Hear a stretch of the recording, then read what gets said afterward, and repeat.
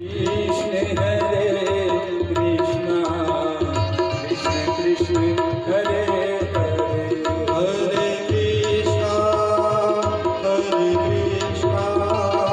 कृष्ण कृष्ण हरे हरे हरे कृष्णा कृष्ण कृष्ण हरे हरे हरे राम हरे राम हरे हरे हरे राम राम राम हरे हरे हरे कृष्णा कृष्ण कृष्ण हरे हरे हरे कृष्णा कृष्ण कृष्ण हरे हरे सीताराम सीताराम सीताराम सीताराम सीताराम सीताराम सीताराम सीताराम सीताराम सीताराम सीताराम सीताराम सीताराम सीताराम सीताराम राधे श्याम राधे श्याम राधे श्याम राधे श्याम राधे श्याम राधे श्याम राधे श्याम राधे श्याम राधे श्याम राधे श्याम राधे श्याम राधे श्याम राधे श्याम राधे श्याम राधे श्याम हरे कृष्ण कृष्ण हरे हरे हरे कृष्णा कृष्ण कृष्ण हरे हरे हरे राम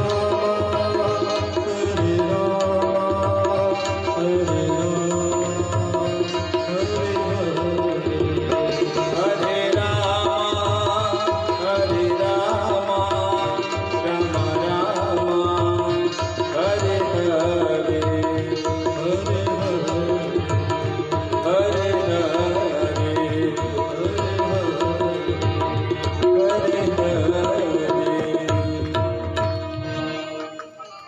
प्रेम से बोले राजा रामचंद्र की जय उमापति महादेव की जय वीर हनुमान जी महाराज की जय धर्म की जय अधर्म का नाश प्राणियों में सद्भावना विश्व का कल्याण गौ हत्या बंद गौ माता की जय भगवत भगवान श्री शंकराचार्य महाराज की जय प्रेम से बोले महामाया मैया की जय दुर्गा मैया की जय सरस्वती माता की जय नमः पार्वती पते हर हर हर महादेव। सभी उपस्थित श्री रामचरित मानस कथा के अनन्यानुरागी धर्मानुरागी भक्तों, भक्तिमय करुणामय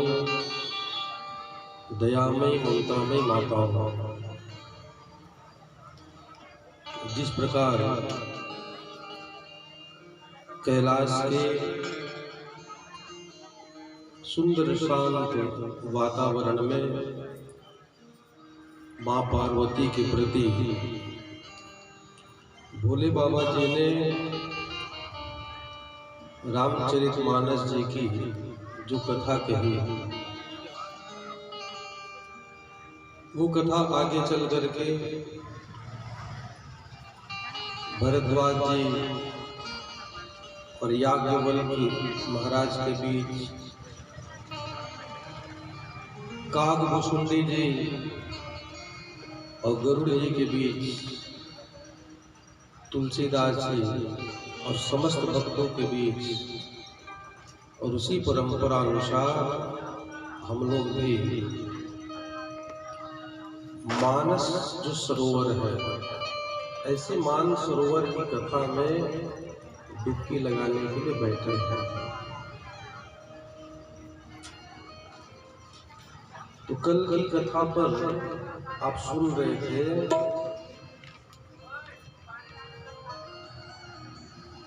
रामायण के महात्म की कथा। देखिए, किसी भी पुराण धर्मशास्त्र ग्रंथ को आप पढ़ें तो पढ़ने से पहले उसके महात्म की कथा गाई जाती है कि इस पुराण को पढ़ने से लाभ क्या है।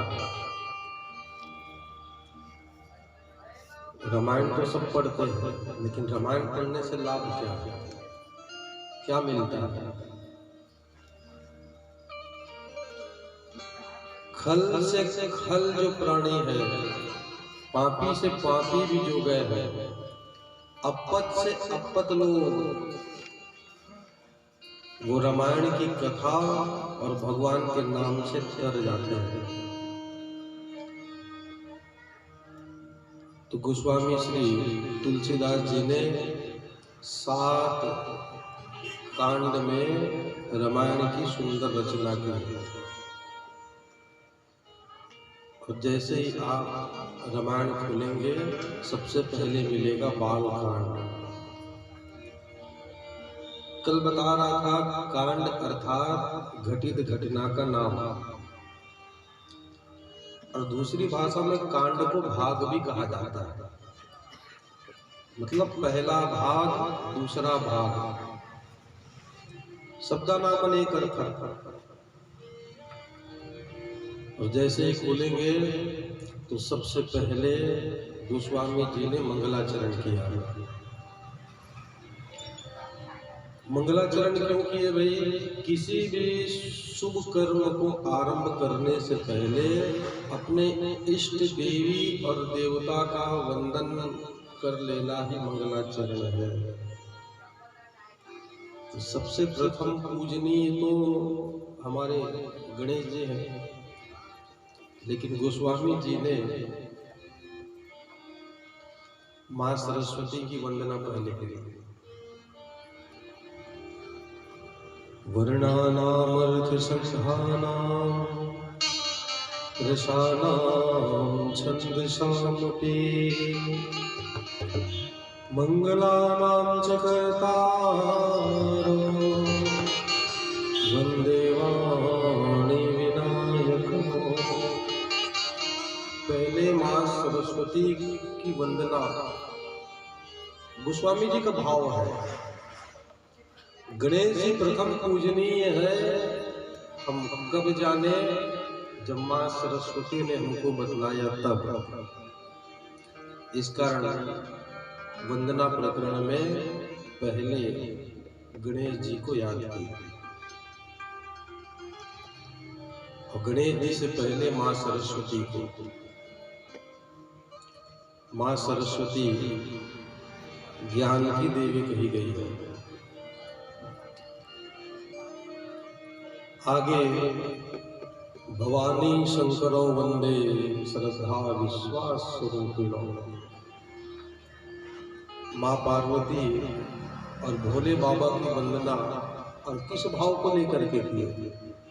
भवानी शंकरो वंदे श्रद्धा विश्वास स्वरूपिणो। देखिए, भोले बाबा की गृहस्थी से एक बहुत बड़ी शिक्षा है। पति और पत्नी को कैसे होना चाहिए।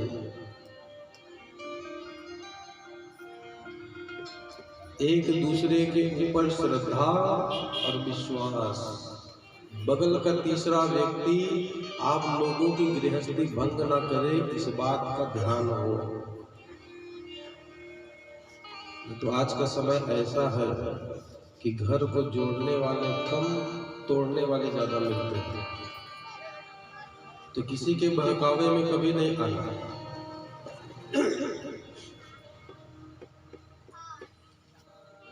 कभी भी किसी के बहकावे में ना आए। आपको अपनी पत्नी के ऊपर विश्वास, श्रद्धा, और पत्नी को पति के ऊपर विश्वास और श्रद्धा भाव होना चाहिए, वही गृहस्थी टिकाऊ होती है।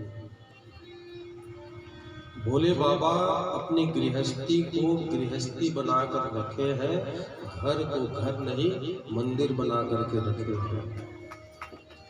नियम क्या धारण किए?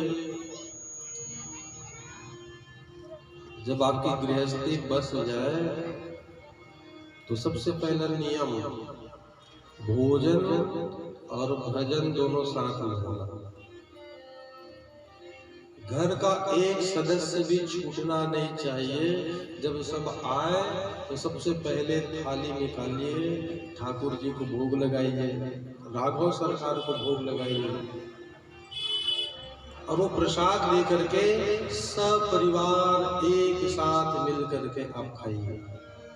ये हो गया भोजन। और जब भजन करना हो तो भजन में भी वही एक एक व्यक्ति घर का उपस्थित हो। नियम बनाइए, रोज राम जी की सेवा हो, ठाकुर जी की सेवा हो और एक साथ सब मिल करके करें। वो घर घर नहीं मंदिर बन जाता है। फिर उस घर में रहकर देखिए आनंद ही आनंद है। और जिस घर में मेरे भोले बाबा विराजमान है लिंग रूप में,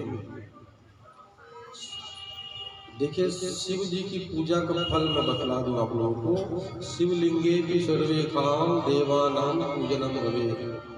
घर में एक शिवलिंग है आपके और पूजा करते हैं तो 33 कोटि देवी देवताओं की पूजन का फल आपको मिल जाता है। अलग अलग से फिर गणेश की, लक्ष्मी की, किसी की पूजा करने की आवश्यकता नहीं। केवल शिव पूजा से सारे देवी देवताओं का पूजा हो जाता है। और जहाँ शिव जी बसते हैं जिस घर में, वो घर काशी बन जाता है। जहाँ मेरे ठाकुर जी निवास करते हैं वो घर वृंदावन बन जाता है। और जहाँ राम की कथा होती है फिर वो आपका मोहल्ला अयोध्या धाम बन जाता है। भावना रख करके देखिए।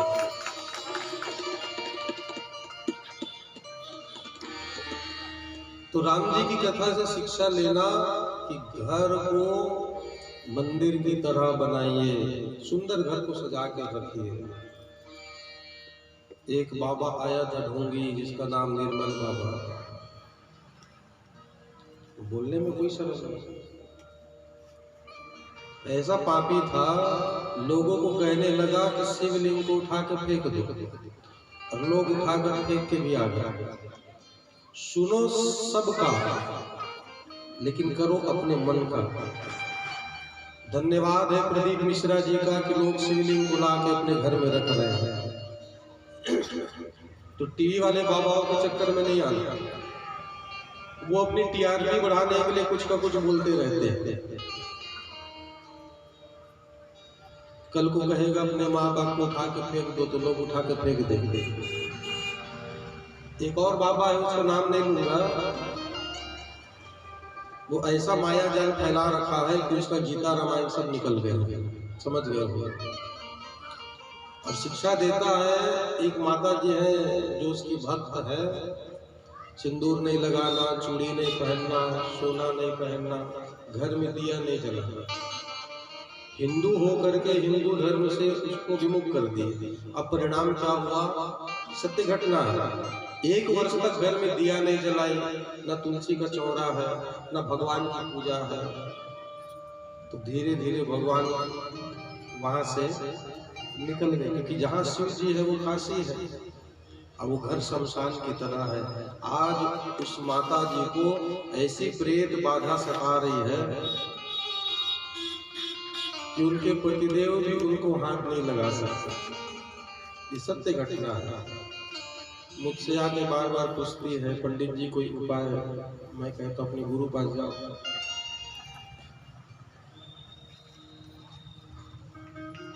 पहले ऐसे लोगों का त्याग होना चाहिए। गुरु सदगुरु से मिलाने वाला है, अपना ये पूजा पाठ करवा ले, वो गुरु किस काम का है? इन बाबाओं के चक्कर में नहीं आना कभी भी। जहाँ शिव जी है वो काशी है, ठाकुर जी है वो वृंदावन है, राम जी है वो अयोध्या है। तो घर को मंदिर बनाइए। हर घर में तुलसी का पेड़ होना चाहिए, एक बेल का पेड़। गांव में चले जाओ, माता मन से पूछो नाकस दाई तुलसी चौड़ा भर दिखते, तुलसी कहाँ? तो भैंसा चर दिस महाराज तोलाकार बचा है। तो तुलसी रखिए, वो घर मंदिर बनेगा। फिर देखना उस मंदिर में रहने का आनंद कितना आएगा। फिर आपको मंदिर जाने की आवश्यकता नहीं है, मंदिर के भगवान आपके पास आएंगे। फिर शिकायत नहीं करना पड़ेगा, भगवान हम आपको भोग लगाते हैं, आप खाते हैं। अरे भाव से करके देखिए, खसी माल मुहूर्त मुस्कानी। माँ सीता जब गिरजा देवी की पूजा को गई, ऐसा भाव से पूजा किया है कि पत्थर की मूर्ति बोलने लग। आशीर्वाद मिल गया, सफल हो ये मनोरथ आपका। तो घर को मंदिर बना करके रखिए, फिर मंदिर में रहने वाले भगवान आपके पास जरूर आएंगे, ये मेरा विश्वास है। कौन कहते भगवान आते नहीं, हम तो प्रेम से उनको बुलाते नहीं। एक बार प्रेम से बुलाइए, किसकी तरह? वो प्रेम में इंतजार होना चाहिए, तड़प होना चाहिए, मां सबरी की तरह। कब से रास्ता देख रही है राम जी का, कई वर्ष हो गए। गुरु तो मतंग मुनि चले गए, आशीर्वाद दे दिया कि राम जी आएंगे। वो रोज झाड़ू लगाती है, बहारती है, रोज मीठे मीठे फल ला करके रखे कि आज आएंगे, कल आएंगे। वो प्रेम में प्रतीक्षा होनी चाहिए। कौन कहते हैं भगवान आते नहीं, कौन कहते हैं भगवान आते नहीं, कौन कहते हैं भगवान आते नहीं, कौन कहते हैं भगवान आते नहीं। तो प्रेम से उनको बुलाते नहीं, हम तो प्रेम से उनको बुलाते नहीं, हम तो प्रेम से उनको बुलाते नहीं। हम तो प्रेम से उनको बुलाते नहीं। अच्युतम केशवम राम नारायणम, अच्युतम केशवम राम नारायणम, अच्युतम केशवम राम नारायणम, अच्युतम केशवम राम नारायणम, कृष्ण वासुदेवम हरे। कृष्ण दामोदरम वासुदेवम हरे। प्रेम से बुलाकर देखो वो आएंगे, खिलाकर देखो वो खाएंगे, नचाकर देखो, चाहे जैसा भी हो। पहले अपने घर को घर बनाइए, मंदिर बनाइए। घर जब मंदिर बन गया और पति और पत्नी के भी भोले बाबा और माँ पार्वती की तरह भवानी शंकरो वंदे श्रद्धा विश्वास रूपिणो, फिर वो भगवान आपकी हर बात मानने को तैयार हो जाएंगे। कौन कहते हैं भगवान आते नहीं, कौन कहते हैं भगवान आते नहीं, कौन कहते हैं भगवान आते नहीं, कौन कहते हैं भगवान आते नहीं। सबरी की तरह हम खिलाते नहीं, कभी भी की तरह हम खिलाते नहीं।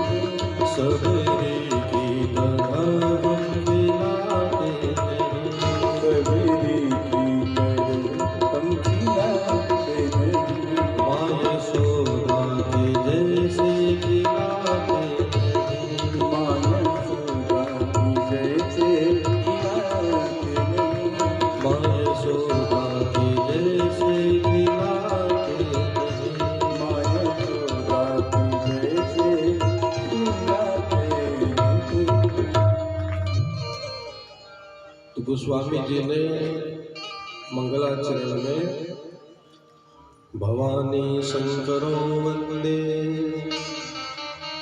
श्रद्धा विश्वास रूपिणो या ब्राह्मणा न पश्यन्ति सिद्ध स्वांत समेश्वर। भोले बाबा माँ पार्वती की वंदना की है। रामायण में तो वंदना प्रकरण इतना बड़ा है, किसी को भी नहीं छोड़े, सबका वंदन किया। क्योंकि गोस्वामी जी संत है और संत का भाव होता है सिय राम मैं सब जगह जाना। उनको सब में भगवान दिखे तो उनकी गलती नहीं है।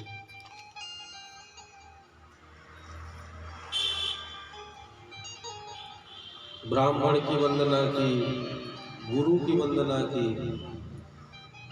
अरे जो खल है, चोर है, जुआरी है, इन तक को नहीं छोड़े, सबको प्रणाम कर लिया। सर्वप्रथम ब्राह्मण वंदना,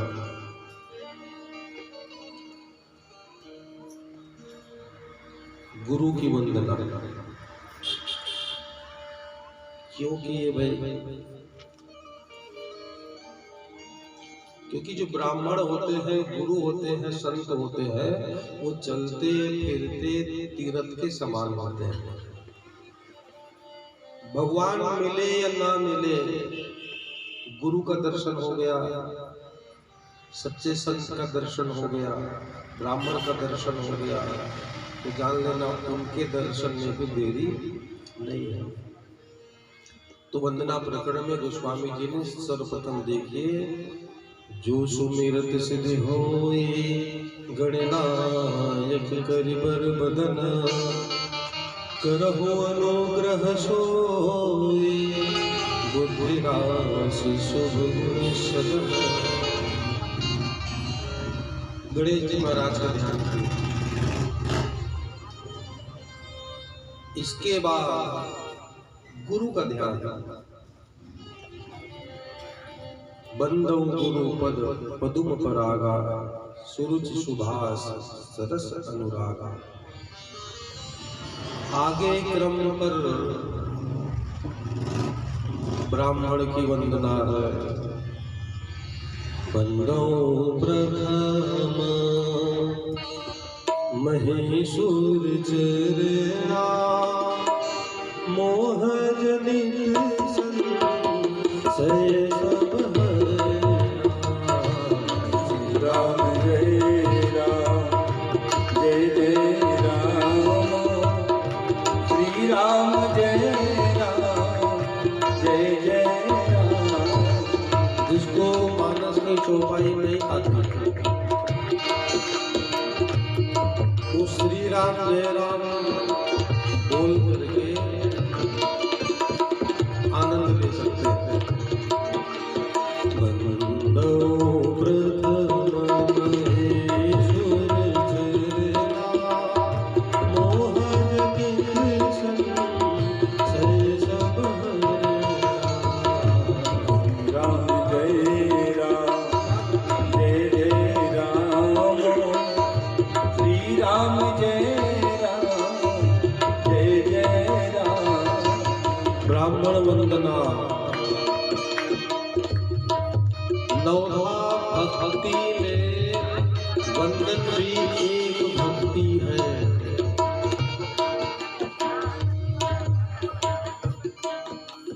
नवधा भक्ति सुने हैं नहीं, रामायण में भी है, भागवत में भी नवधा भक्ति का विशेष गान है। प्रथम भगति संपन्न दर्शना, दूसरी रति मन कथा प्रसंगा। श्री राम जय राम, जय जय राम, श्री राम जय राम, जय जय राम।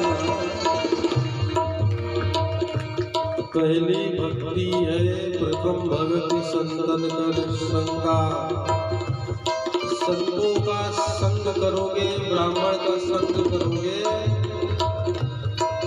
तो भागवत कथा में लिखा है प्रथम भक्ति श्रवणम। संतों के साथ मिलोगे तो सुनने को मिलेगी क्या? भगवान की कथा। ये पहली भक्ति है। इसी क्रम पर अर्चनम वंदनम, वंदना करना भी एक भक्ति है। तो गोस्वामी जी ने किसी को नहीं छोड़ा, संत वंदना की है जो फल है। गोस्वामी जी लिखते हैं बहुरी बंदी खल गनी सतीमान। और कौन से खल का वंदना किया? कई लोग होते हैं ना बदमाश टाइप के, इधर का उधर करने वाले। सही बातों को आपको नहीं बतलाएंगे, काम बनाना नहीं है।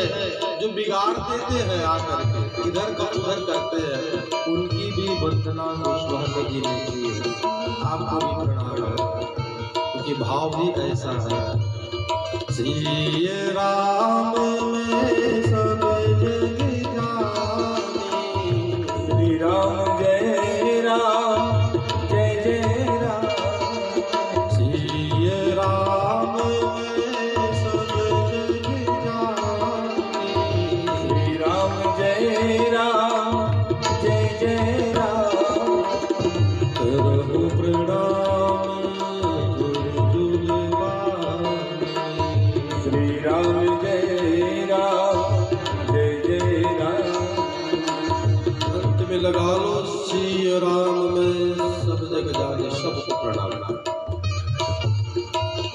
तुझ में राम, मुझ में राम, सब में राम समाया है। इस प्रकार गोस्वामी जी ने सबकी वंदना की है। वंदना प्रकरण के बाद मानस में भगवान जी की कथा से पहले भगवान जी के नाम की बड़ी महिमा गाई गई है। राम की कथा तो बाद में सुनना, लेकिन पहले राम जी के नाम की महिमा आप सुन लीजिए। राम से बड़ा राम का नाम होता है। गोस्वामी जी कथा में बार बार जितने भक्त हैं उनको संकेत किए हैं, और कथा ये शिक्षा भी देती है कि भगवान अपने रूप को छुपा सकते हैं, लेकिन नाम रूप को नहीं छुपा सकते।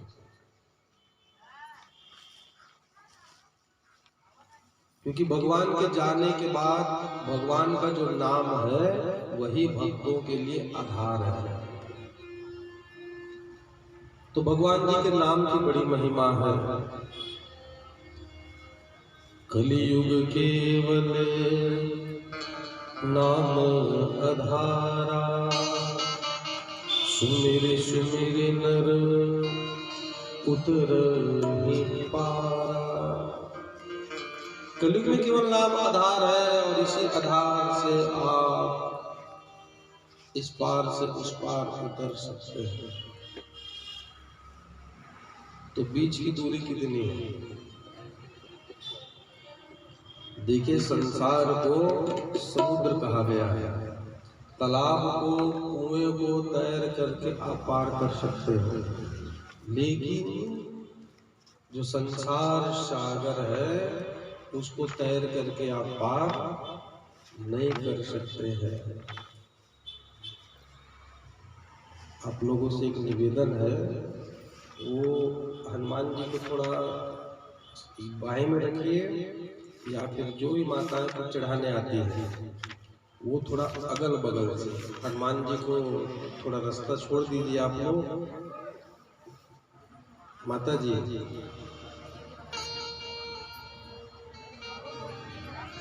कृपया, क्योंकि हनुमान जी श्रोता है पहले।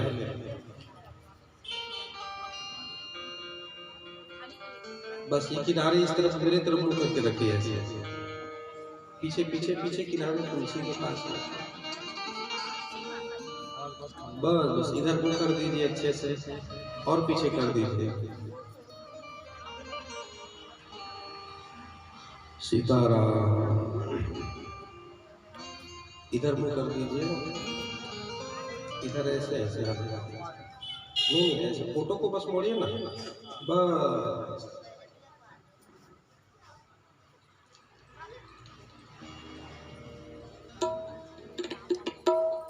हनुमान जी जैसी कथा कोई नहीं सुन सकता।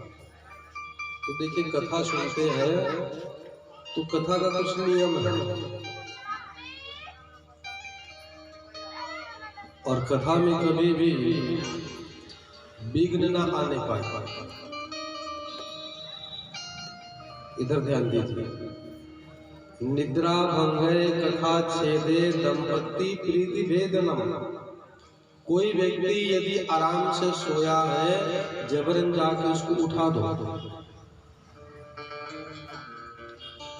कोई यदि प्रेम से कथा सुन रहा है और सुनने वाले को जबरन आप डिस्टर्ब कर दोगे, तब ब्रह्म हत्या के समान पाप लगता है। वही पाप से बचाने के लिए, क्योंकि धर्म करने जा रहे हैं, धर्म करते करते अधर्म ना हो।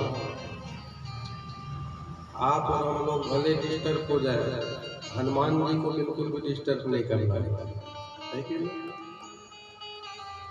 तो निद्रा भंगे कथा छेदे दंपति प्रीति भेदनम। पति पत्नी का अच्छा बनता हो और कोई जाकर के भद्रा कर दे, वो भी ब्रह्म हत्या के समान पाप लगता है।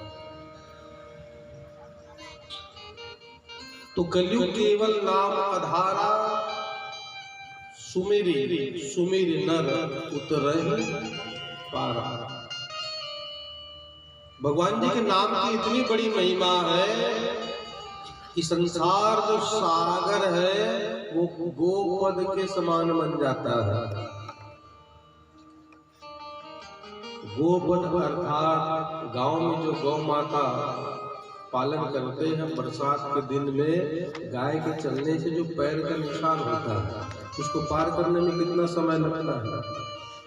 क्षण भर का भी समय नहीं लगता है, ऐसे ही आदमी पार हो जाता है। तो राम जी के नाम में वो महिमा है कि सारा संसार गोपद के समान हो जाए। कलयुग केवल हरि गुण गावा और गावत नर पावहि भव। इस पार से उस पार जाने के लिए ज्यादा मेहनत करने की आवश्यकता नहीं है। नाम रूपी जहाज ही काफी है। बस भगवान के नाम में बैठो और बैठ करके पार हो जा। राम से बड़ा राम का नाम, भगवान से बड़े भगवान जी का नाम। और इसी नाम का प्रभाव देखिए किसके ऊपर पड़ा? गणेश जी के ऊपर। महिमा जासो जानि गणराव, प्रथम पूजियत नाम प्रभाव। गणेश जी को कौन जानता था? कोई नहीं जानता था। जाने कब? जब भगवान जी के नाम का आश्रय लिए। कैलाश में देखे बोले बाबा, माँ पार्वती बैठे हैं, गणेश जी हैं और कार्तिकेय भी बैठे हैं। चर्चा चलने लगी कि संसार में सर्वप्रथम पूजा किसकी पहले की जाए।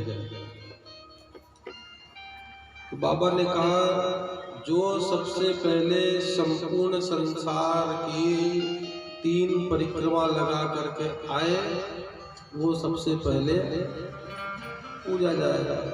कार्तिकेय जी सुने मयूर वाहन में बैठे हैं और 100 की स्पीड में गाड़ी दबने लगी, और गणेश जी कद का भाग है, मूसवा सवारी, चूहा वाहन है, और 1 घंटा में 1 किलोमीटर। कार्तिकेय जी का लगान लगभग पूरा होने वाला है, लेकिन गणेश जी का 5 किलोमीटर पूरा नहीं हुआ है। रास्ता मिले नारद जी, तो कहाँ चले गणेश जी का 3 लोगों की परिक्रमा लगाने। अरे बुद्धि के दाता हो, दूसरे को बुद्धि ज्ञान देते हो, आपके पास बुद्धि कहाँ गई? क्या आपको नहीं मालूम? माता पिता के चरणों में 3 लोक 14 भुवन समाया है। आप ये क्यों नहीं करते?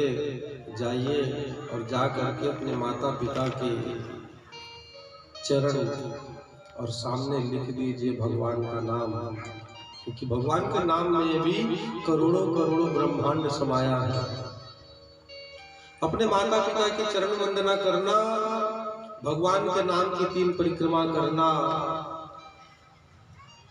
और अपने माता पिता की 3 परिक्रमा करना, 3 लोक 14 भुवन की परिक्रमा का फल मिल जाएगा। अच्छी बात कही। गणेश जी वापस आए, वही युक्ति की है। माता पिता को प्रणाम करके धरती पर लिखे राम और राम की 3 परिक्रमा और अपने माता पिता की 3 परिक्रमा लगा दी और उतने में ही कार्तिकेय जी आ गए। लेकिन कार्तिकेय के आने से पहले ही गणेश जी ने परिक्रमा पूरी कर ली। बाबा ने कहा, कार्तिकेय तुम्हारे पास बल अधिक है, लेकिन गणेश के पास बुद्धि अधिक है। इस कारण सर्वप्रथम गणेश जी पूजनीय होंगे, क्योंकि माँ और पिता के चरणों का आश्रय लिया। इस कारण गणेश जी, देखिए हम लोग क्या करते हैं, मंदिर में भगवान ढूंढने जाते हैं। मंदिर में भगवान ढूंढने कभी नहीं जाना, वहां केवल पत्थर की मूर्ति है। आप भाव से उसको भगवान मान लेते हो, लेकिन जीते जी भगवान आपके हैं कौन? आपको जन्म देने वाले आपकी माँ, जन्म देने वाले आपके पिता, वो सबसे पहले और सबसे बड़े भगवान हैं। यदि वो प्रसन्न हो गए तो मंदिर में रहने वाले भगवान भी प्रसन्न हो जाएंगे। अपने माता पिता को पहले गणेश जी ने प्रसन्न किया है, तब भगवान जी के नाम का आश्रय लिया। इस कारण आज गणेश जी की पूजा सबसे पहले होती है। बोले गजानन स्वामी की जय। तो हम भी कुछ गणेश जी की वंदना करें, तब कथा में प्रवेश करेंगे। जय गणेश जय महादेवा, जय गणेश जय महादेवा।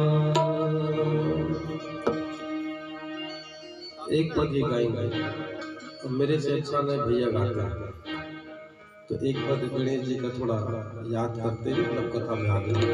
जय गणेश जय महादेवा, जय गणेश जय महादेवा, जय गणेश जय महादेवा, जय गणेश जय महादेवा, जय गणेश जय महादेवा, जय गणेश जय महादेवा। दुखियन पे कृपा करो, दुखियन पे कृपा करो, करे तेरी सेवा। जय गणेश जय महादेवा, जय गणेश जय महादेवा, जय गणेश जय महादेवा, जय गणेश जय महादेवा।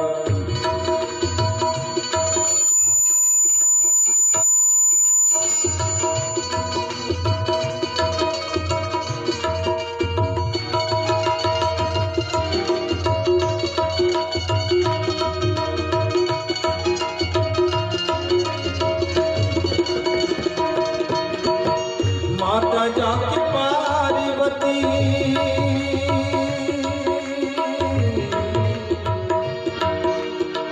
माता जाके पार्वती, जो पार करी मैया, वो पार्वती मैया, जो पार करी मैया, वो पार्वती मैया।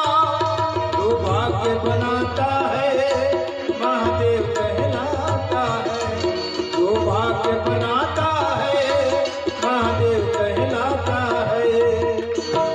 माता जाके पार्वती, माता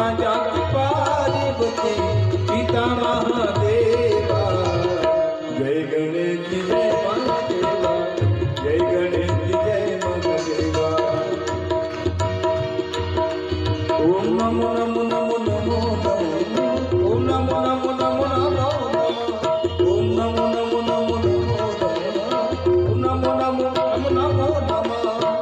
जय गणेश जय महादेवा, जय गणेश जय महादेवा, जय गणेश जय महादेवा, जय गणेश जय महादेवा। बोले गजानन स्वामी की जय।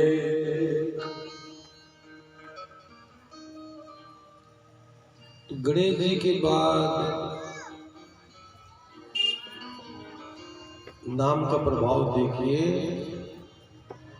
उल्टा नाम जपत जग जाना। वाल्मीकि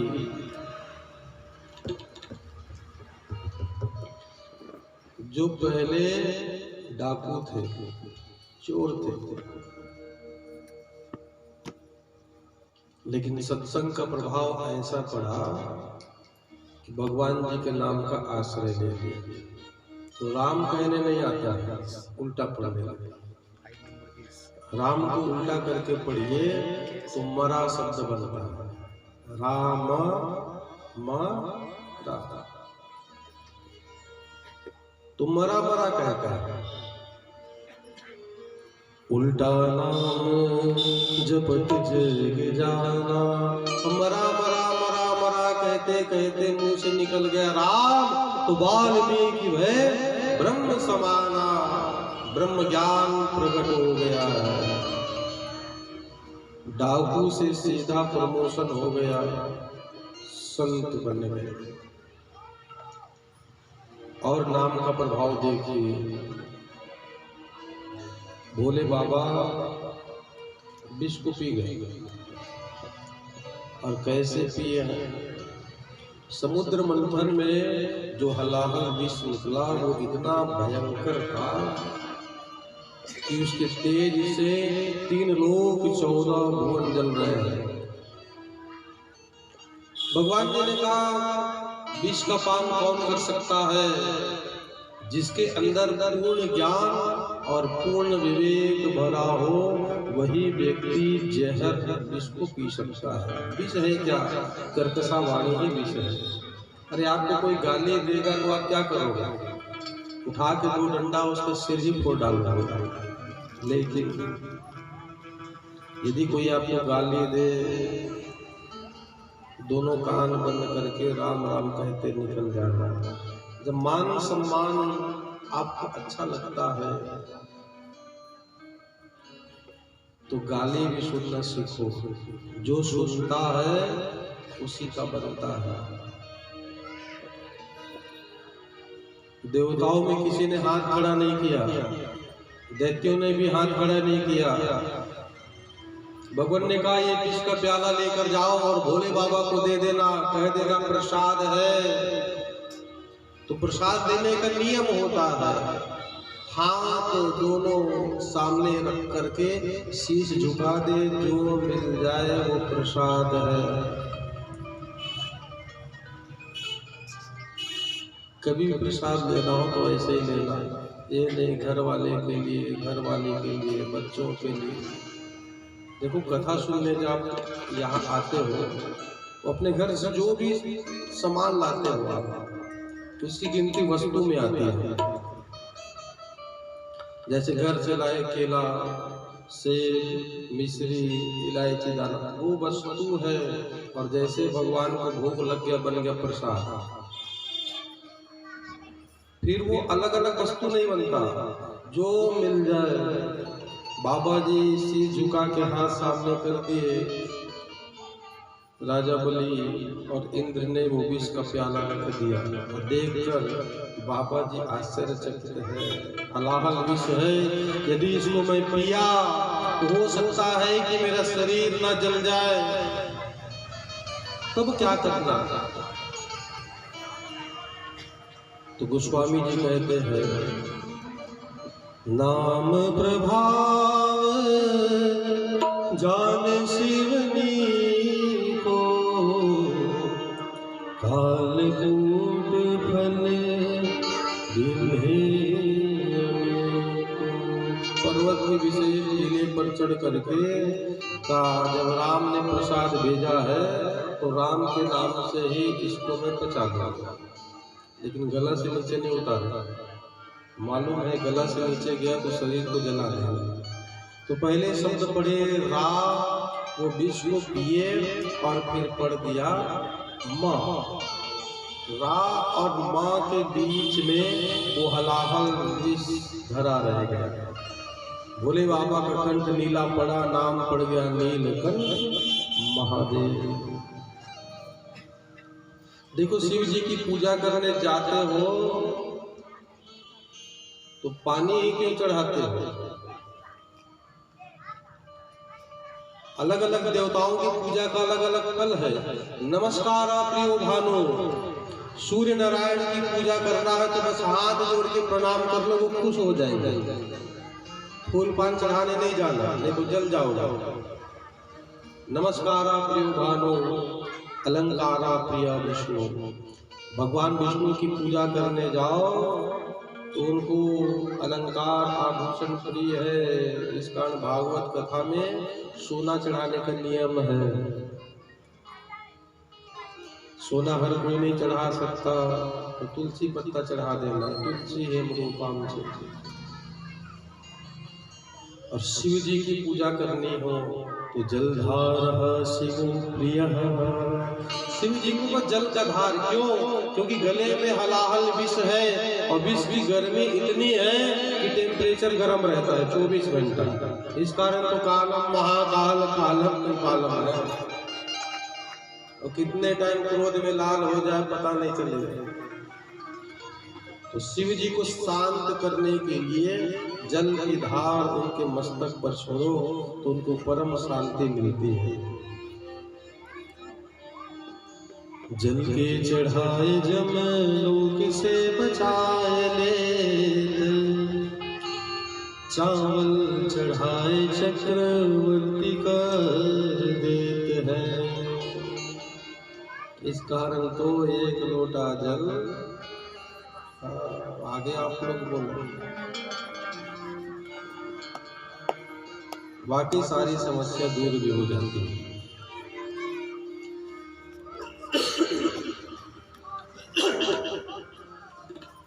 और यही नाम के प्रभाव से भक्त प्रहलाद भगत शिरोमणि भय प्रहलाद। भक्त प्रहलाद भक्तों की शिरोमणि बन गए। ऐसा नाम का आश्रय लिया है कि भगवान को बीच खंभे को फाड़ करके प्रकट होना पड़े। ये प्रभाव है नाम का। और ऐसी विचित्र मूर्ति बनाई भक्त प्रहलाद के लिए भगवान जी ने, जो आज तक कभी भी नहीं बने थे।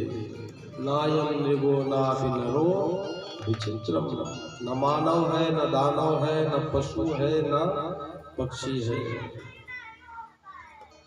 भक्त प्रहलाद के साथ ध्रुव जी, ये देखिए भागवत कथा में दो ऐसे भक्त हैं, प्रहलाद और ध्रुव, जो 5 और 6 वर्ष की अबोध अवस्था में ही भगवान जी को प्राप्त कर गए। वो कोई वेद पुराण पढ़ना नहीं जानते थे, बस भगवान के नाम को जानते थे और भगवान के नाम का आश्रय लेकर के ही पार हो गए। तो नीति क्या कहती है? हजारों काम आपके पास क्यों ना पड़ा हो, सारे कामों को छोड़ दीजिए और सबसे पहले भगवान जी के नाम का आश्रय लेना चाहिए। देखिए एक सुंदर श्लोक है। सतम विहाय भूत प्रियम। 100 काम क्यों न पड़ा हो घर में, बर्तन मंजाए हो कि न मंजाए हो, नहाए हो कि नहीं नहाए हो, 100 काम को छोड़ दो, सबसे पहले कुछ खा लेना चाहिए,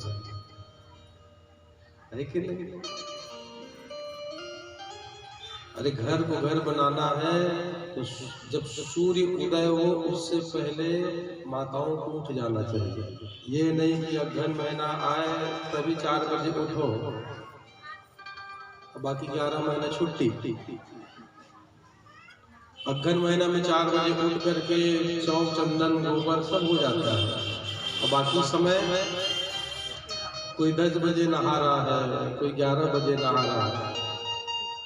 तो भले नहावत 12 बजे है, लेकिन 10 बजे दार भात छूट जाए तो बिना नहाए कभी भी रसोई घर में प्रवेश नहीं करना।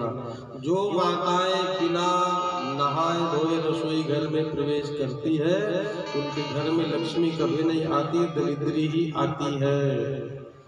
और रात को जब भोजन कर लो तो अपना जूठा बर्तन या जूठा अन्न रसोई घर में नहीं छोड़ना, साफ एक रोटी बचा के रख देना। तो जो बिना नहाए भोजन पकाए और खा करके जूठा छोड़े वहां लक्ष्मी नहीं टिकाऊ होती। तो सतम विहाय भोक्तव्यम, 100 काम पड़ा हो उसको छोड़ करके सबसे पहले खा लो। लेकिन आगे लिखा है सहस्त्रम स्नान माचरे, हजारों काम क्यों ना पड़ा हो सबसे पहले उठो और उठ करके नहा लो।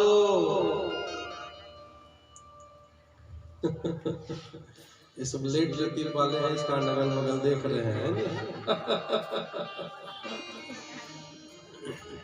मालूम है कि कथा होते ना 5 बजे सब नहा रहे, मेरे को मालूम है। अच्छी बात भी है। देखो कितना अच्छा लग रहा है आपका मोहल्ला, ऐसा लग रहा है कि अयोध्या धाम में हम लोग बैठे हैं। अलग से अयोध्या जाने की आवश्यकता नहीं है कि नहीं। और जहाँ राम की कथा हो रही है कितना सुंदर, सबके मस्तक में चंदन लगा है, राम राम लिखा है। अरे यहाँ पे राम जी नहीं आएंगे तो और कहाँ आएंगे? आना तो पड़ेगा राम जी को यहाँ पर, क्योंकि भगवान वचन दिए है ना, जहां जहां कथा होगी वहां मैं किसी न किसी रूप में आऊंगा। अब ऐसा माहौल बना दोगे तो अयोध्या में नहीं रहने वाला। काबल लइका मल्ला मामा घर बहुत प्रिय है। और जब भी भगवान को याद करना ना तो भोले बाबा की तरह, भोले बाबा के इष्ट देवता राम जी हैं, लेकिन कौन से राम है? बंदो बाल रूप सोई राम, जो बालक राम जी है वो भोले बाबा के इष्ट देवता है, धनुषधारी वाले नहीं है। तो बालक रूप में राम जी को याद करना, तो बच्चों को मामा घर से प्रेम रहता है। कितना अच्छा माहौल है। तो जब तक कथा चल रहा है ना, सब सुबह 5 बजे उठ के नहा लेना चाहिए, और नहा करके सीधे कथा पंडाल में। देखो किसी भी यज्ञ में परिक्रमा की बड़ी महत्व है। अब यहाँ गोल घूमने का जगह तो नहीं है, लेकिन घर से आओ तो तुलसी पत्ता लेकर के आओ, ठाकुर जी में रामायण में चढ़ाइए, और अपने ही स्थान में या ना बन जाए तो सामने गोलाकार कुछ रख करके 108, 11, 51, 21 जितना हो सके परिक्रमा करिए, उसका बड़ा फल है। एक एक पद चलने पर एक एक अश्वमेध यज्ञ करने का फल प्राप्त होता है।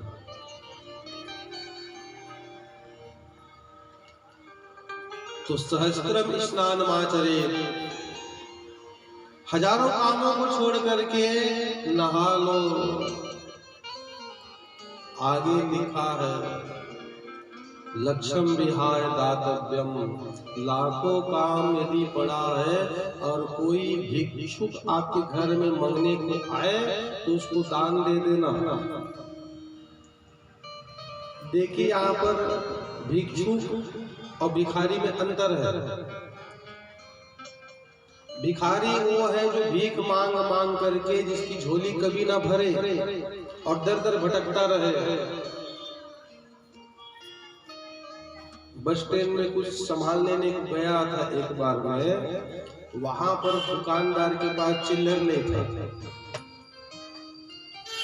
500 का नोट दिए तो जो बगल में भिखारी था उसके पास जाकर के चिल्लर लेने लगा। वो भिखारी उसको चिल्लर गिन के दे दिए। तो जिसकी झोली कभी ना भरे वो है भिखारी। भिक्षुक किसे कहते हैं? कौपीन वस्त्र खलु भाग्यवंत, जो कौपीन वस्त्र पहन करके केवल 5 घर भिक्षा मांगे, वो ब्राह्मण का काम है। लेकिन अभी जमाना बदल गया है। ब्राह्मण केवल 5 घर से जो भिक्षा मिल जाए, छठा घर ना जाए, और 5 घर में ही जो भिक्षा मिले उतने में ही संतुष्ट हो जाए, वही सर्वश्रेष्ठ ब्राह्मण है। कौपीन वस्त्र खलु भाग्यवंता। माँ पार्वती भोले बाबा से पूछे ना, संसार में सबसे भाग्यशाली जीव कौन है? बाबा ने कहा देवी यही है जो 5 घर भिक्षा से अपने जीवन का यापन कर ले, जिसके मन में कुछ और हो ही ना। तो भिखारी यदि घर में आए, भिक्षुक आए तो कुछ दान देना चाहिए। देखो भिक्षुक भीख मांगने नहीं आता, भिक्षुका नैव भिक्षन्ति बोधयन्ति गृहे गृहे। आपसे मांगने नहीं आता, आपको ज्ञान देने आता है। सुनो धनवान लोगों, मेरे पास भी ये महल, अटारी, बंगला सब कुछ था, मैंने 2 रुपया किसी को दान में नहीं दिया, इस कारण भगवान ने आज भिखारी बना दिया। इस कारण आपके पास है तो समय रहते कुछ न कुछ दे दो, नहीं तो फिर कल्याण नहीं है। तो लक्ष्म भी आए दातव्यम, और अंत में लिखा है कोटिम कामम हरिम स्मरे। करोड़ों काम क्यों न पड़ा हो, सबको छोड़ करके बस भगवान जी के नाम का आश्रय ले लेना, यही कथा का सार है। और कैसे लेना?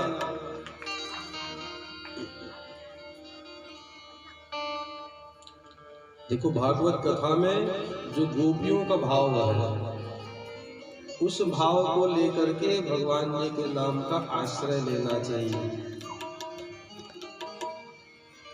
कैसे जपना भगवान का नाम? श्वास आए तो कृष्ण, और श्वास जाए तो कृष्ण। जितनी गोपियां हैं और जितने भगवान के भक्त होते हैं, वो अपना एक क्षण, 1 सेकंड का भी समय बर्बाद नहीं करते। वो एक एक क्षण में भगवान जी के नाम को जपते रहते हैं। गोपियों का ये भाव है। श्वासों की माला में, श्वासों की माला में सिमरो श्वास आए तो राघव सरकार, श्वास जाए अपने मन की मैं जानूं, और भीगे मन की राह। श्वासों की माला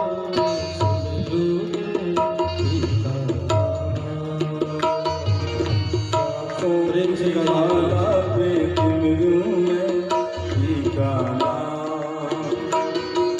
श्वासों की माला में सिमरूं मैं भिक्षा नाम। श्वासों की माला पे सिमरूं मैं भिक्षा नाम।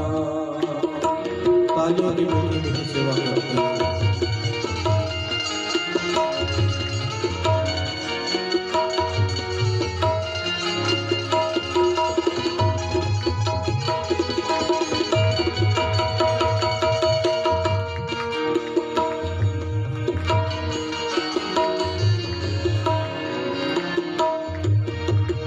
जीवन का श्रृंगार है प्रियतम, मांग का है सिंधु।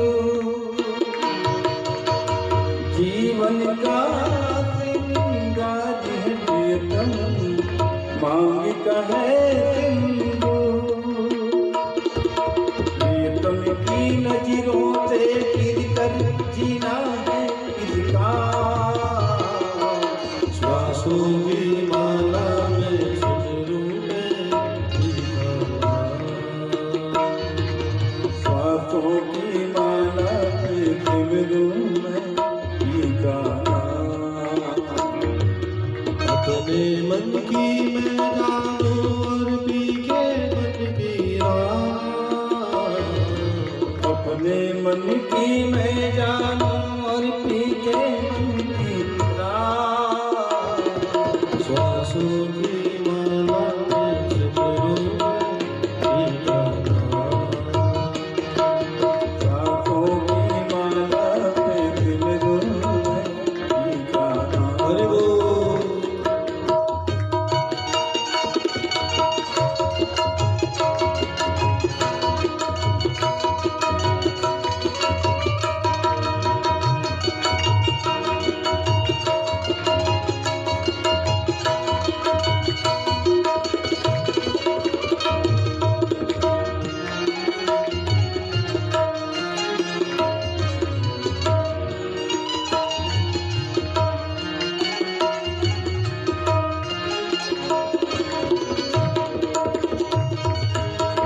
प्रेम के रंग में ऐसी डूबी बन गया एक हीरो। प्रेम के रंग में ऐसी डूबी बन गया एक हीरो। प्रियतम की नजरों से गिर कर जीना है जिंदा। श्वासों की माला में सिमरूं पीका नाम। सांसों की माला पे सिमरूं पीका नाम। श्वासों की माला में सिमरूं पीका नाम। सांसों की माला पे सिमरूं पीका नाम। हर भक्त को चाहिए एक एक क्षण श्वास आए तो भगवान का नाम, श्वास जाए तो भगवान का नाम। राम कथा में हनुमान जी ऐसे भक्त हैं जो श्वास में तो राम जी को बसा कर रखे ही हैं, लेकिन एक एक रोम रोम में राम जी को बसा करके रखे हैं।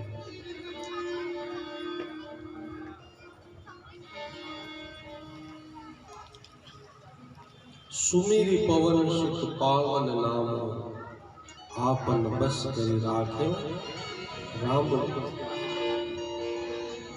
राम जी का नाम तो राम है, लेकिन प्रेम से उनको रामो भी कहते हैं। और कौन कहता है? हनुमान जैसे भक्त जो भगवान जी से अधिक प्रेम करते हैं। माँ कौशल्या जो राम जी को अपने से अधिक प्रेम करती है। भागवत कथा में माँ यशोदा कन्हैया को कनुआ कह के बुलाया। वो कन्हैया नहीं कहते थे, कनुआ। और राम जी की कथा पर माँ कौशल्या राम जी को रामो कहकर बुलाती है। हनुमान जी ने ऐसी भक्ति की है जो संसार को बस में करके रखा है, उनको अपने बस में करके रखे हैं। सुमिरि पवन सुत पावन नाम, आपन बस करि राखे राम। और कैसे बस में करके रखे हैं? देखिए, लंका का युद्ध समाप्त होने के बाद राम जी जब वापस आए, दरबार में बैठे हैं, बड़ी सभा लगी है। और सभा में जितने वानर के गण हैं वो भी हैं, राजा मंत्री, प्रभु श्री राम, माता सीता विराजमान है। तो सबको कुछ न कुछ उपहार देने लगे। हनुमान जी को बुला करके मणि का माल उपहार में दे दिया। वो मणिमाला को देखकर हनुमान जी उसको देखने लगे अगल बगल।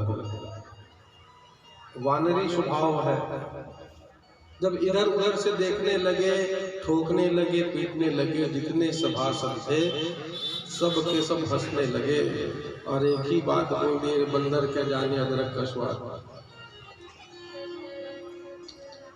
इतनी कीमती मणि का माल दिए और ये वानर देखो तो इसको ठोक पीट रहा है।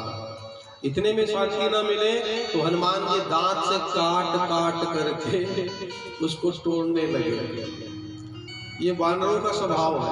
आप वृंदावन चले जाना, यदि कोई बंदर आपका चश्मा, पर्स, मोबाइल, घड़ी पार कर दे तो उसको दांत से काट काट के तोड़ता है, उसके काम का नहीं है।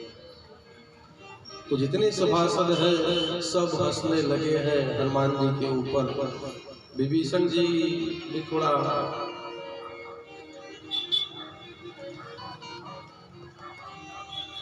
आकर पूछे, तो भाई हनुमान जी ये बतलाइए, आपको इतना कीमती उपहार प्रभु श्री राम और माता सीता ने प्रदान की है, लेकिन उस उपहार का आप सदुपयोग कर ना करके दुरुपयोग उसको तोड़ रहे हैं, इसमें भगवान का अपमान है कि नहीं? कब मेरे प्रभु ने मुझे इतना कीमती उपहार दिया, लेकिन इस उपहार में मैं ये देख रहा हूँ कि मेरे राम समाये हैं कि नहीं, नाम लिखा है कि नहीं।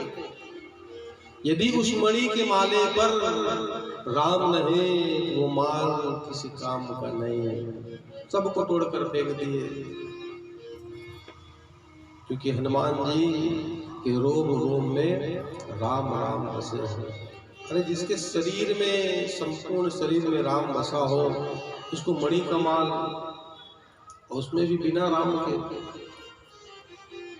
विभीषण जी ने कहा, हनुमान जी यदि ऐसा कहते हो तो तुम्हारे शरीर में जो राम है क्या उन सबको दिखा सकते हो? क्यों नहीं दिखा सकता? अरे मेरे रोम रोम में, मेरे सीने में भी, मेरे हृदय में भी राम बसे है। बस क्या था, विभीषण ने जब ताना मारा तो हनुमान जी धीरे धीरे आकृति बढ़ाने लगे, इंजन स्टार्ट करने लगे अपना। जय श्री राम, जय श्री राम, विराट रूप में है, जय श्री राम।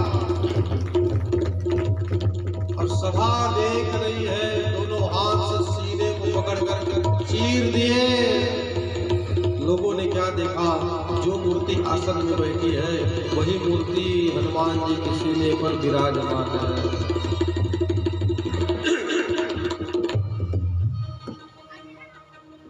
अतुलित बलधामं हेमशैलादेहं धनुजवन कृशानं ज्ञाननामाग्रगण्यं सकलगुणनिधानं वानराणामधीशं रघुपतिप्रियभक्तं वातजातं नमामि। सारी सभा देख करके आश्चर्यचकित है कि भगवान जी की नाम की महिमा है। कौन कौन तर गए भैया, अपत से अपत लोग। गोस्वामी जी लिखते हैं ना, अब तू अजामिल गज गणिका। कौन कौन तरे? अब तू अजामिल गज गणिका। श्री राम जय राम जय जय राम, हे मुक्त हरि राम प्रभाव। श्री राम जय राम जय जय राम, अब तू अजामिल गज गणिका। श्री राम जय राम जय जय राम, हे मुक्त हरि राम प्रभाव। श्री राम जय राम जय अपत से जय अपत लोग जो है, अजामिल गणिका। कौन सी गणिका है? देखिए इतनी सज्जन गणिका है कि इसके महल के दरवाजे पर एक नगाड़ा रखा है, और जिस किसी भी सज्जन पुरुष को प्रवेश करना हो वो नगाड़ा बजाए, और जितना नगाड़ा बजाए उतना दाम वहां दे करके आएगा।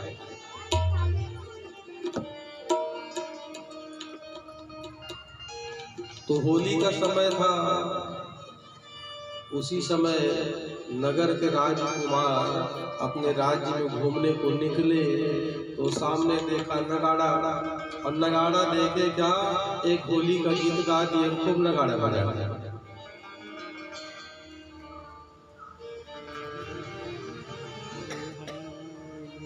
अगरबत्ती सब रहने दीजिए, बैठ जाइए आप लोग बस। सबसे निवेदन है, आप लोग कथा में आते हो तो अगरबत्ती जरूर लाना, लेकिन जलाना नहीं, क्योंकि अगरबत्ती के धुएं से हमको तकलीफ है। और हमारे धर्म शास्त्र में कहीं भी अगरबत्ती जलाने का मंत्र नहीं दिया है। यदि दिखा दो तो मैं भागवत पढ़ना छोड़ दूं। मंत्र दिया है धूप जलाने का। और कौन सा धूप? वनस्पति रसोद्भूतो, जो पेड़ के छाल से जो निकलता है वो धूप, ये केमिकल वाला नहीं।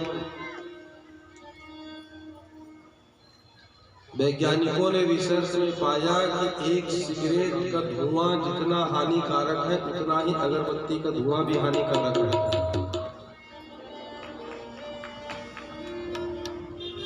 और दूसरी बात, अगरबत्ती में बांस की काड़ी होती है। हम हिंदू लोग बांस नहीं जलाते। वंशस्तु भगवान रुद्रः, बांस को वंश का प्रतीक मानते हैं। बांस का काम कब होता है?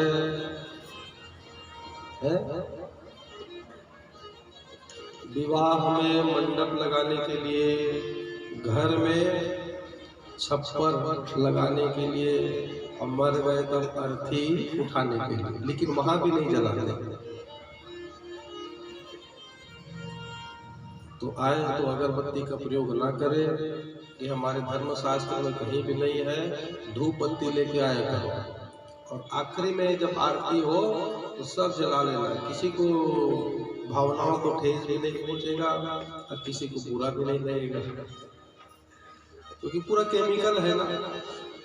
और जहाँ गला और नाक बंद हुए तो बोलने का आनंद खत्म है कि?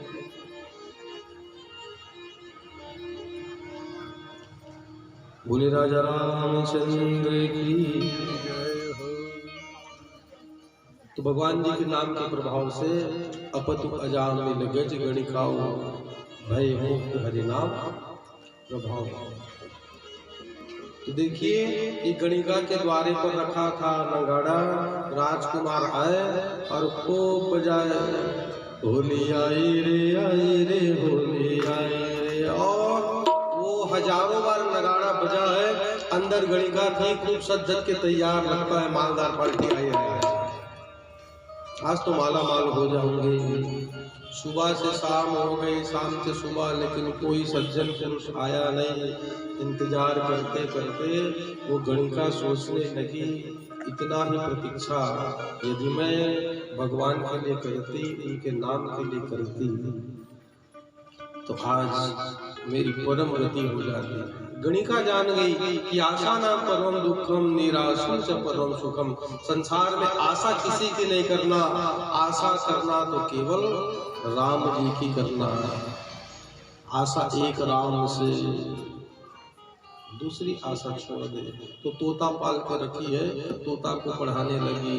सुआ पढ़ावत गणिका कर ले, अरे तोता तू राम राम पढ़। तोता को पढ़ाते पढ़ाते अपना भी पढ़ी और परम गति को प्राप्त हो गए। भगवान जी के नाम की बड़ी महिमा है। कई लाख तर गए हैं तेरा नाम जपते जपते, कई लाख तर गए हैं। छोटे से छोटा और बड़ा से बड़ा, क्योंकि 4 युग है, सतयुग, त्रेता, द्वापर, कलयुग। सतयुग में भगवान जी को प्राप्त करने का तरीका था, तपस्या करो, योग करो, तपस्या करो।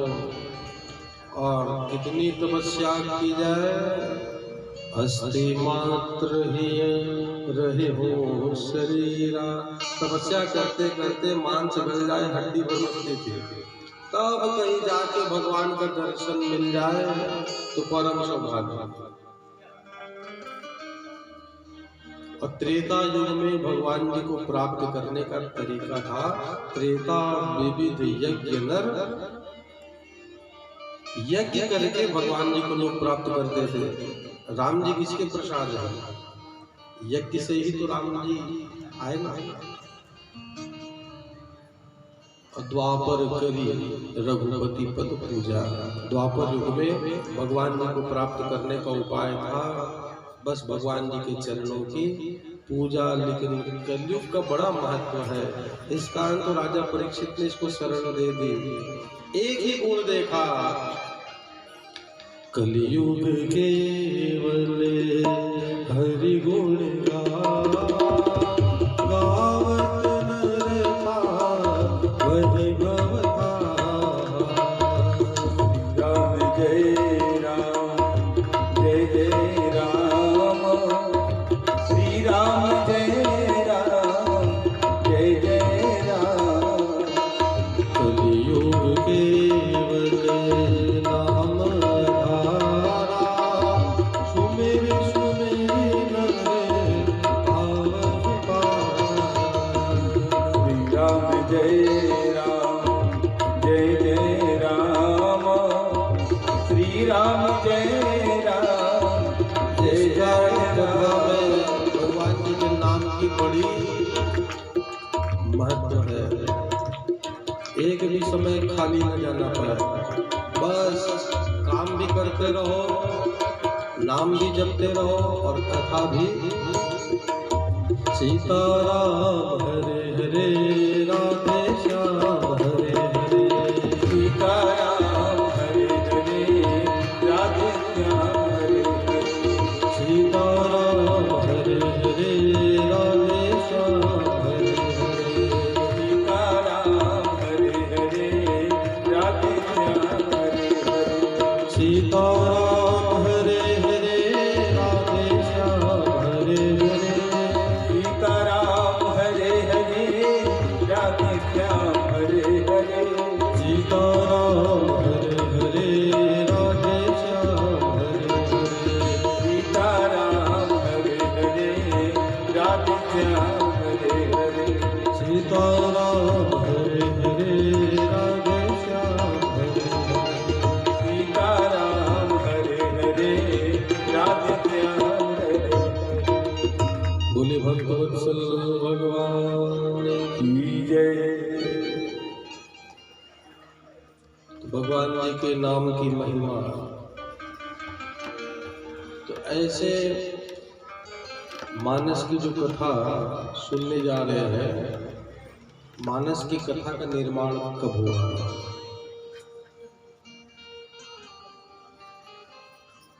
सुंदर लिखा है कि संवत 1621 में चैत का महीना शुक्ल पक्ष रामनवमी, जिस दिन भगवान श्री राम अवतार लेकर प्रगटे थे, उसी दिन गोस्वामी तुलसीदास जी ने मानस की रचना की है। और ऐसे मानस की रचना कितने दिनों में पूर्ण की? 2 साल 6 महीना 28 दिन लगे गोस्वामी जी को, तब कहीं जा करके मानस की रचना की।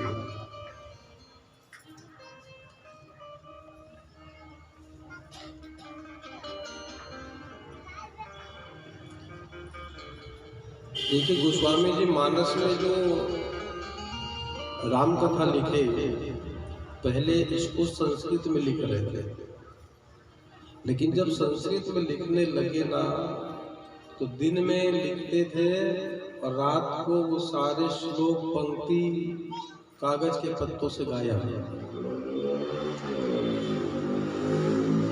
8 दिनों तक ये घटना घटी। तो गोस्वामी जी सोचे ये हो क्या रहा है। तब गोस्वामी जी को रात्रि कालीन पर साक्षात बाबा विश्वनाथ जी ने दर्शन दिया। अब महाराज अब ऐसे यहाँ मत लाइए, कथा में किसी को चाय पानी नाश्ता दे के स्वागत करने की आवश्यकता नहीं है नहीं, कोई बुरा नहीं मानेगा, बल्कि चाय पानी दोगे तो कथा स्थल जो शुद्ध है वो जूठा हो जाएगा। जिसको पीना है बाहर टेबल में रख दो, प्रेम से उठ के जाओ, पियो, हाथ में धो करके फिर से वापस आ जाओ, है कि नहीं? यही एक ऐसी जगह है जहाँ कभी भी मान सम्मान और बुलावा नहीं देखते। क्योंकि ये भगवान जी की जहाँ सुंदर चर्चा होती है उसको सुधर्मा सभा कहा जाता है। अक्सर लोग शिकायत करते, पंडित जी हमको निमंत्रण नहीं मिला या कार्ड में हमारा नाम नहीं छपा। तो उनसे मैं यही कहता हूं, हनुमान जी की तरह बनो। सुंदर कांड में जब हनुमान जी लंका में जाने के लिए उड़ान भरने लगे तो जाने से पहले जितने वानर थे सबको कहा, सुनो भाई, जब तक मैं वापस लौटकर माँ सीता का पता लगा करके न आऊं तुम लोग सब यहीं रहना और जितना फल फल खाना खाओ। हनुमान जी चाहते तो वापस भेज सकते थे, अरे जाओ भाई हम अकेले देख लेंगे, लेकिन हनुमान जी का भाव ऐसा नहीं, वो भक्त है। हनुमान जी ने सोचा यदि मैं अकेला चला जाऊंगा पता लगा करके तो राम जी सोचेंगे कि हनुमान जी अकेला पता लगा करके आया और बाकी सब तो काम भले हनुमान जी किए लेकिन श्रेय अपने ऊपर नहीं लिए। यहीं रुको, जब मैं आऊं तो सब मिलकर जाएंगे और हम सबने मिलकर के माँ सीता का पता लगाया, ये भाव है।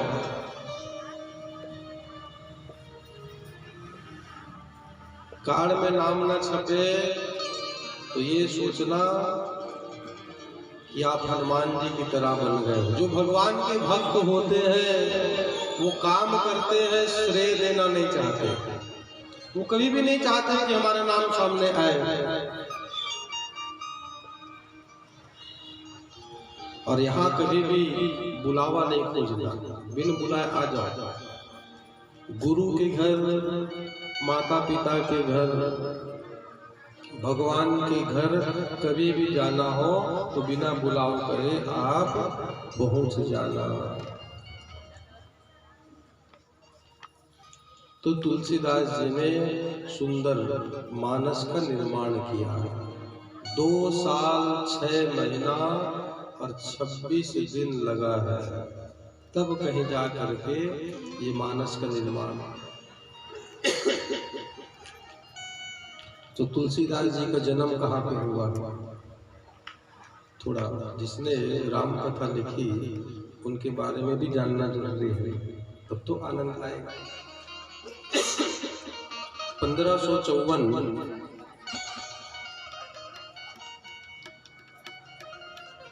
1532 ईसा में मूल नक्षत्र के दिन श्रावण शुक्ल सप्तमी तिथि को चित्रकूट धाम में राजापुर नाम के एक गांव है, वहां पर तुलसीदास जी का जन्म हुआ है। और बड़ी विचित्रता यह है कि तुलसीदास जी जब जन्मे हैं तो वो रोए नहीं। माता पिता बड़े प्रसन्न है। कब? आपकी गृहस्थी में जब बच्चा हो वो बच्चा रोए तो माता पिता प्रसन्न होते हैं, लेकिन तुलसीदास जी रोए नहीं। और मूल नक्षत्र में जन्म है, दांत सारे के सारे निकले हुए हैं। जन्मते ही दांत का आना, मूल नक्षत्र में जन्म, ये शुभ संकेत नहीं है। लेकिन सबसे बड़ा शुभ संकेत ये है कि जन्मते तुलसीदास जी रोए नहीं, राम शब्द बोले। राम राम। बताओ, जन्म लेते ही राम बोले, अरे वही तो राम जी की कथा को लिख सकते हैं। तो जो इनके माता पिता थे, पिता का नाम था आत्माराम दुबे, माता का नाम था तुलसी देवी। इन्होंने सोचा मूल सच में जन्म है, दांत भी आ गए तो कोई अपशगुन ना हो, इस कारण अपने से दूर इनको एक चुनिया नाम की दासी थी उनके पास छोड़ दी। तुलसीदास जी को दासी के पास छोड़े, लेकिन वो चुनिया जो दासी थी वो इतना प्रेम की है, अपने बालक से भी बढ़ करके तुलसीदास जी का लालन पालन की, प्रेम भाव से रखी। और जब 5 वर्ष के तुलसीदास जी हुए कि चुनिया दासी भी स्वर्ग सिधार गए। और तुलसीदास जी बालक है, अकेले हैं, माता पिता का साया नहीं है, भटक रहे हैं, मुंह से बस राम राम बोलते हैं। तो माँ पार्वती को बड़ी दया आई। तो माँ पार्वती जो थी वो ब्राह्मणी का रूप बनाई और ब्राह्मणी के वेश में प्रतिदिन आ करके तुलसीदास जी को भोजन करा करती। तो खाने पीने की चिंता नहीं। और तुलसीदास जी के गुरु महाराज का नाम था नरहरिदास। तुलसीदास जी जब 5 वर्ष के हुए तो इनके गुरु नरहरिदास जी को रात में भोले बाबा ने स्वप्न दिया और स्वप्न में कहा कि आप जाइए और तुलसीदास जी को अपने पास ले आइए, ला करके उनको शिक्षा प्रदान करिए, दीक्षा दीजिए, वेद वेदांग में पारंगत कर दीजिए। नरहरिदास जी महाराज तुलसीदास जी को ढूंढते ढूंढते आए और तुलसीदास जी को पाए तो उनको अपने साथ अयोध्या ले गए। तुलसीदास जी 5 वर्ष की अवस्था है तो तुलसीदास जी का जनेऊ संस्कार करवा दिए। और तुलसीदास जी पढ़े नहीं है, फिर से उन्होंने अपने गुरु को ही आश्चर्यचकित कर दिया। बिना सिखाए गायत्री मंत्र पढ़ने लगे, सुनते ही गुरुदेव आश्चर्यचकित हो गए। मुंह से राम राम बोलते हैं। तो बालक रूप में थे तुलसीदास जी, तो इनका नाम रख दिया राम बोला। तुलसीदास जी के बचपन का नाम है राम बोला, क्योंकि राम ही बोलता है तो राम ही नाम रख दिए। नरहरिदास जी महाराज तुलसीदास जी को 15 वर्ष तक अपने पास रखे और 15 साल तक तुलसीदास जी वेदांगना आदि का इतना अध्ययन किए हैं। और तुलसीदास जी की ये विशेषता थी कि एक बार यदि किसी को पढ़ते तो पढ़ करके याद कर लेते थे, वो फिर भूलने वाले में से नहीं थे, सब कुछ उनको कंठस्थ हो जाता था। 15 साल गुरुदेव के पास रहने के बाद अयोध्या से फिर तुलसीदास जी वही अपने राजापुर गांव में आए। तो वहां आकर के देखा कि माता पिता की मृत्यु हो गई है, कोई नहीं है। तो माता पिता के निमित्त इन्होंने श्राद्ध किया, पितृतर्पण वगैरह सब चीज किया। इसके बाद तुलसीदास जी भगवान राम की कथा का आश्रय लेकर के राम कथा बोलते थे और उसी से जीवन यापन करने लगे। तो आगे कथा पर बतलाया गया है कि 1583 जेठ शुक्ल त्रयोदशी के दिन तुलसीदास जी का विवाह एक ब्राह्मण की कन्या से हुआ, जिसका नाम था रत्नावली। रत्नावली से विवाह के बाद तुलसीदास जी का पत्नी के प्रति बड़ा प्रेम है।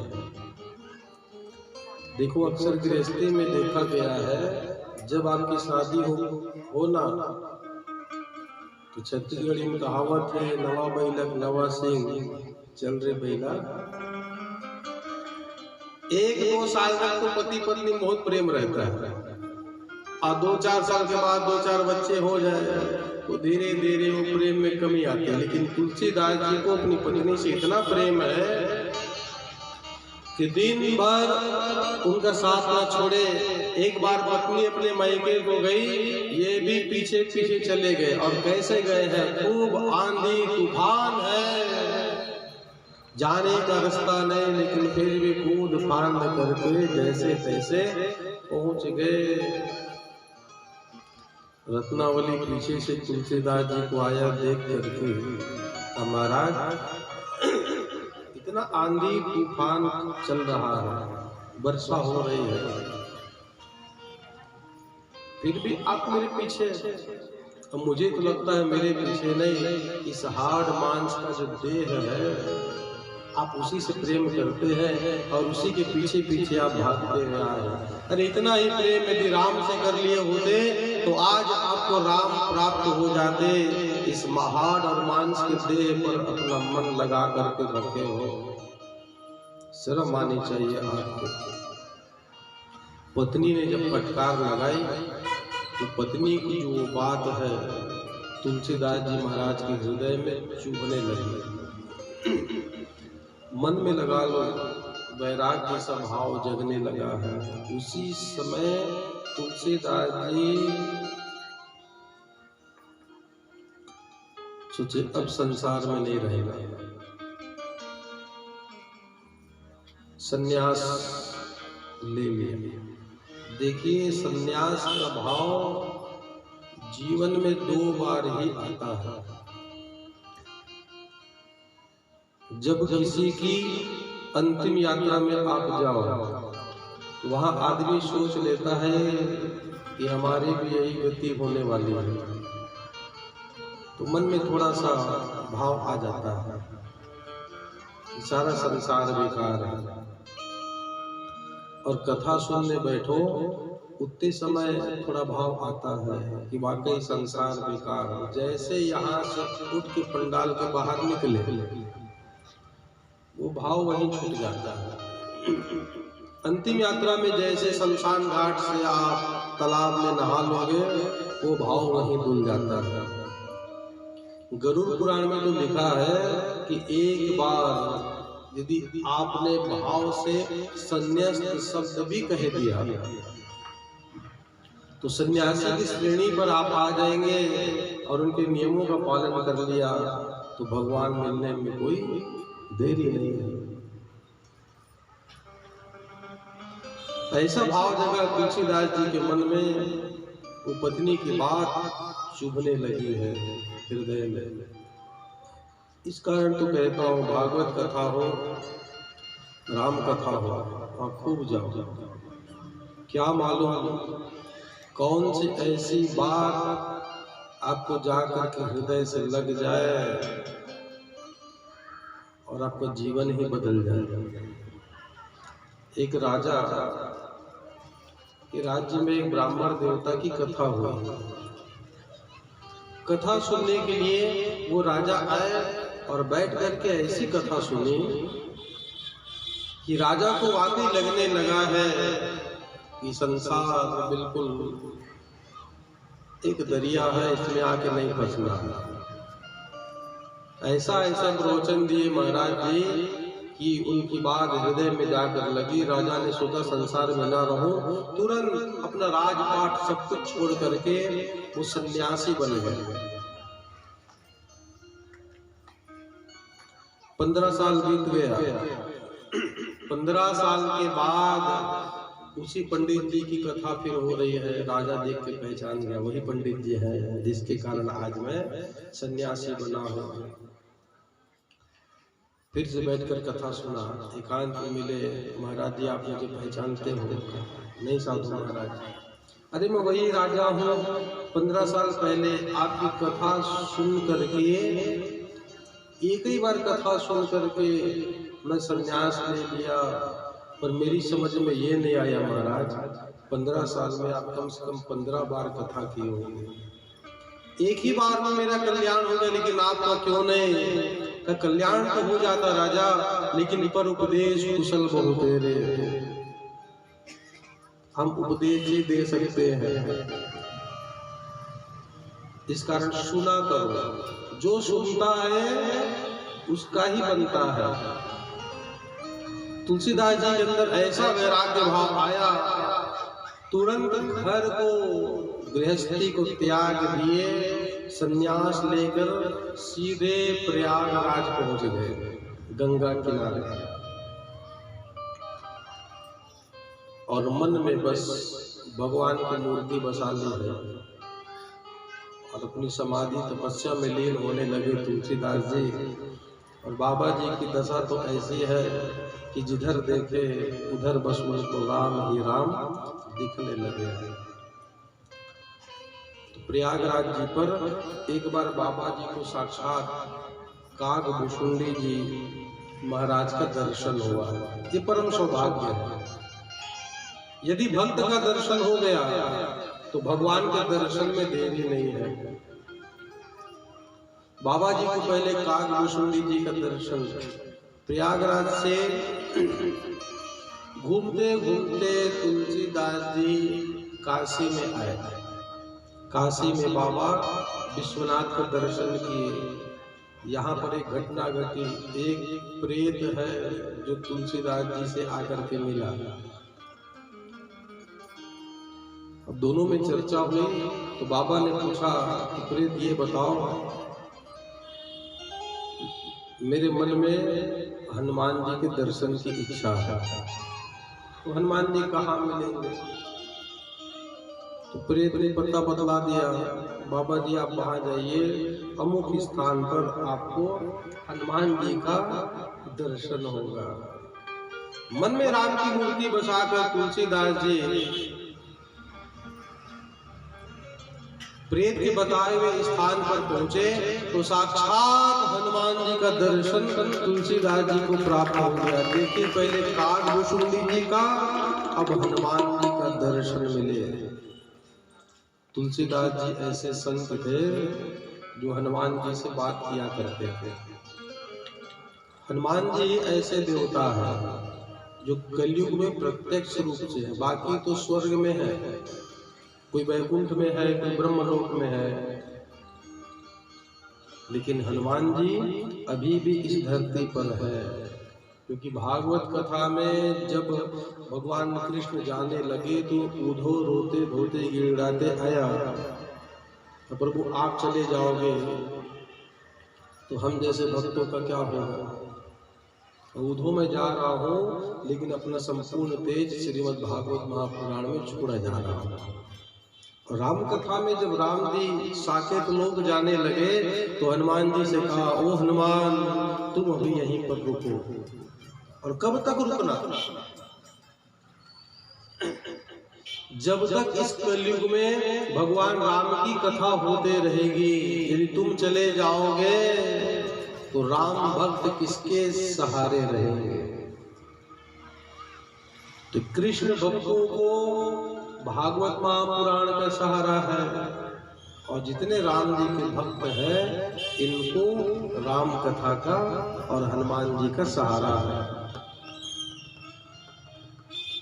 तो तुलसीदास जी से प्रतिदिन हनुमान जी की चर्चा होती है। तो एक दिन चर्चा पर तुलसीदास जी ने कहा कि हनुमान जी आपका दर्शन तो हो गया, लेकिन एक इच्छा और है, जीवन में एक बार राघव सरकार का भी दर्शन हो जाता है। भगवान मुझे कहाँ मिलेंगे? हनुमान जी ने कहा, भगवान अभी काशी में नहीं है।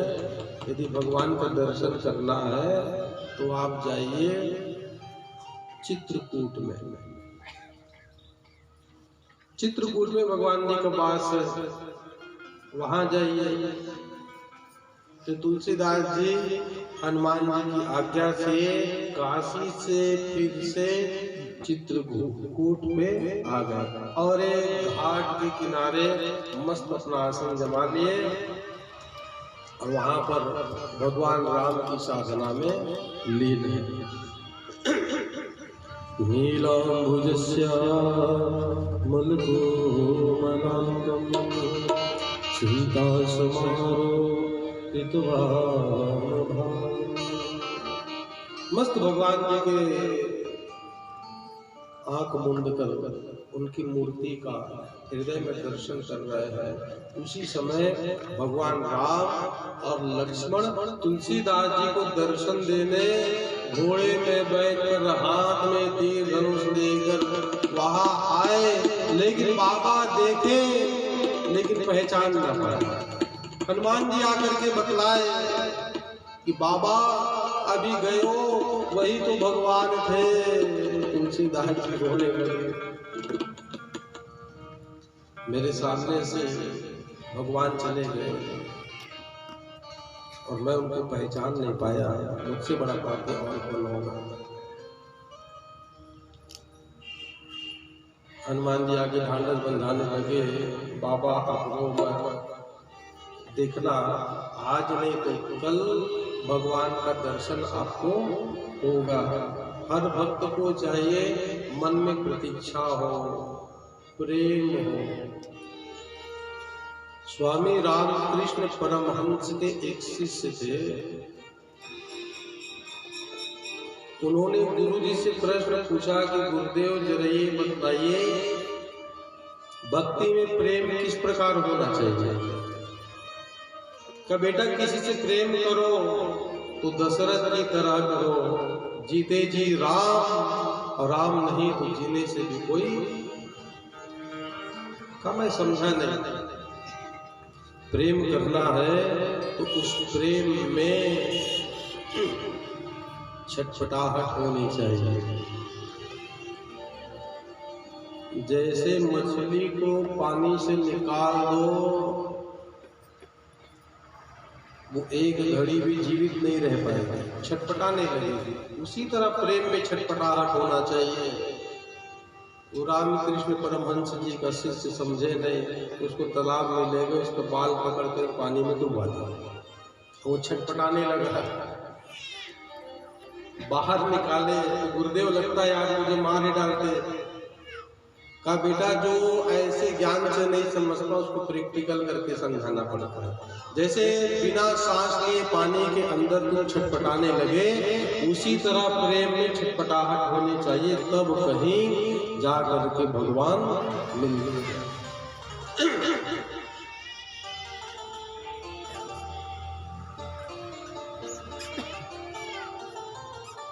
प्रेम से नाम प्रभु का पुकारा करो, प्रेम मंदिर में उनको ले जाकर बैठाला करो, तब कहीं जाकर के राम मिल जाते हैं। प्रेम भाव तो होता नहीं। हम लोग का सबसे गंदा आदत है क्या? जितने भक्त हैं सबकी गंदी आदत है क्या? सीधे पहुंच जाते हैं मंदिर। भगवान मैंने सबको बनाया और आपने बिगाड़ दिया, यही है कि मतलब बनाने का ठेका आप